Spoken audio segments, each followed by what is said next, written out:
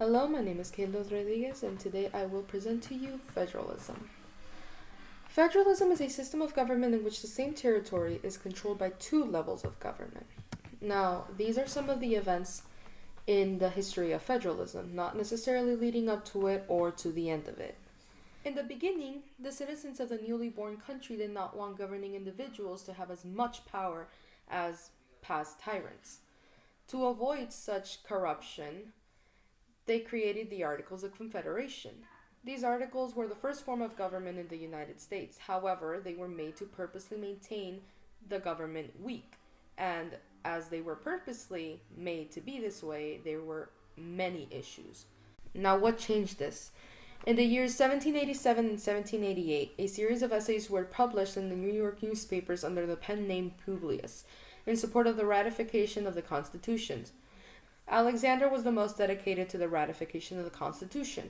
James Madison had a great impact, while John Jay wrote well-versed essays in contribution. Altogether, they achieved the salvation of the country from debts through assuming state debts, collecting taxes, and selling of federal war bonds. Opposition. Was this the end of the Federalists? Such ratification/proposal also came with opposition. This opposition came from the widely known Francophile Thomas Jefferson. He is most known by us as our third president and Democratic Republican leader. He acknowledged that a strong central government would secure the nation economically, but he feared that with this strong central government, there would be an abuse of power, and those governing would restrict citizen rights.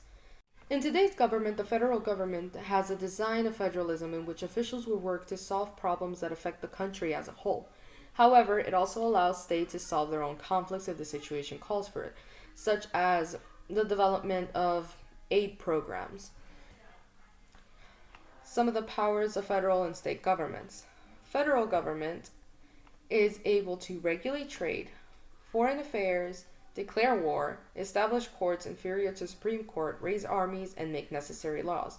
However, they are denied the ability to violate the Bill of Rights or change state boundaries.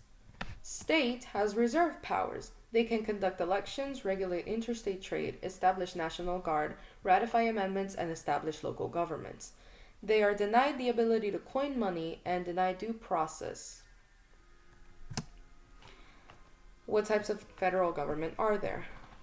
Dual federalism is known as layer cake federalism. The reason for this dub was that the power was divided between federal and state governments with clear boundaries. Cooperative federalism is the kind known as marble cake federalism. Instead of different levels of government in the same stack, power is shared.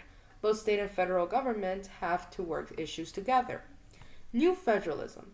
This type of government was suggested by President Nixon with the idea of decentralization of policies. This would enhance administrative efficiency and reduce public spending and improve policy outcomes. That's it. Thank you for watching.